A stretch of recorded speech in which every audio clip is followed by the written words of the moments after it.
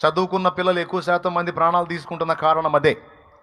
చదువు చదువు చదువు చదువు చదువు చదువు అని మా అమ్మ మా నాన్న నన్ను చావగొడుతున్నారు. వెళ్ళిన దగ్గర వాళ్ళు చావగొడుతున్నారు. కనీసం నేను ఒక మనిషిని, నాకు ఒక మనసు ఉంది, నాకంటూ ఒక ఆనందం ప్రశాంతత అనేది ఉంటుంది అనే ఆలోచనే వాళ్ళకి లేకుండా నీ future future future future future అని చదువు చదువు చదువు అని బరువైన కాడి నా మెడ మీద వేసి నన్ను ఒక యంత్రంలా భావించి నీ బంగారు భవిష్యత్తు బంగారు భవిష్యత్తు బంగారు భవిష్యత్తు అని ఇప్పుడున్న జీవితం, నేను ఆనందంగా కాస్తో కూస్తో గడిపే జీవితం అంతా నాకు వేదనామయం చేసి పెడుతున్నారు. నేను ఎందుకు బతకాలి?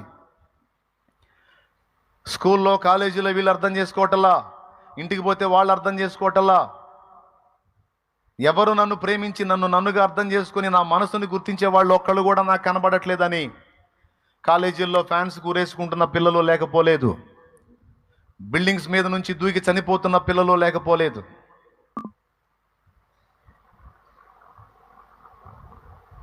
టెన్త్ క్లాస్ చదివే స్థాయి పిల్లల దగ్గర నుంచి తల్లిదండ్రుల ప్రేమ కొరబడి, తల్లిదండ్రుల ప్రేమ దొరకక, అంటే వాళ్ళు ప్రేమ గల్లోళ్ళే కానీ ఆ ప్రేమను చూపించడం, ప్రేమను వ్యక్తపరచడం వీళ్ళకి తెలియచావదు. నువ్వు చదవాలి చదవాలి చదవాలి చదవాలి చదవాలి. అమ్మా చదివి నీ శక్తి ఎంతవరకు అంతవరకు చదువు. శక్తికి మించే నువ్వు ఇబ్బంది పడొద్దు. ఫ్రీగా ఉండు, రిలాక్స్గా ఉండు.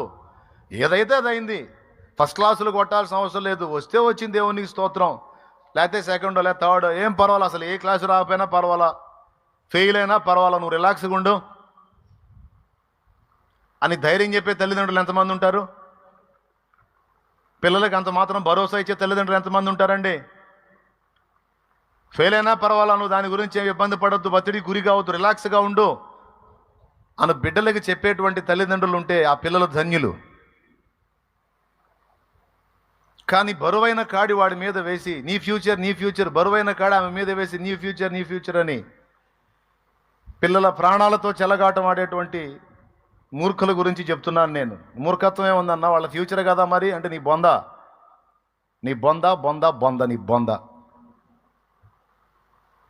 వాళ్ళ ఫ్యూచర్ ఫ్యూచర్ ఫ్యూచర్ అని కాస్తో కూస్తో ఆనందకరంగా జీవించేటువంటి ఆ జీవితం మొత్తాన్ని నాశనం చేసి ఆడబెడతా ఉన్నారు కొంతమంది.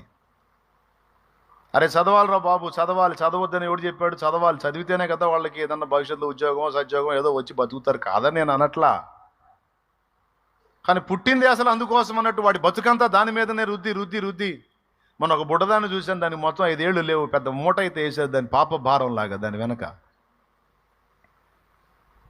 దానికంటే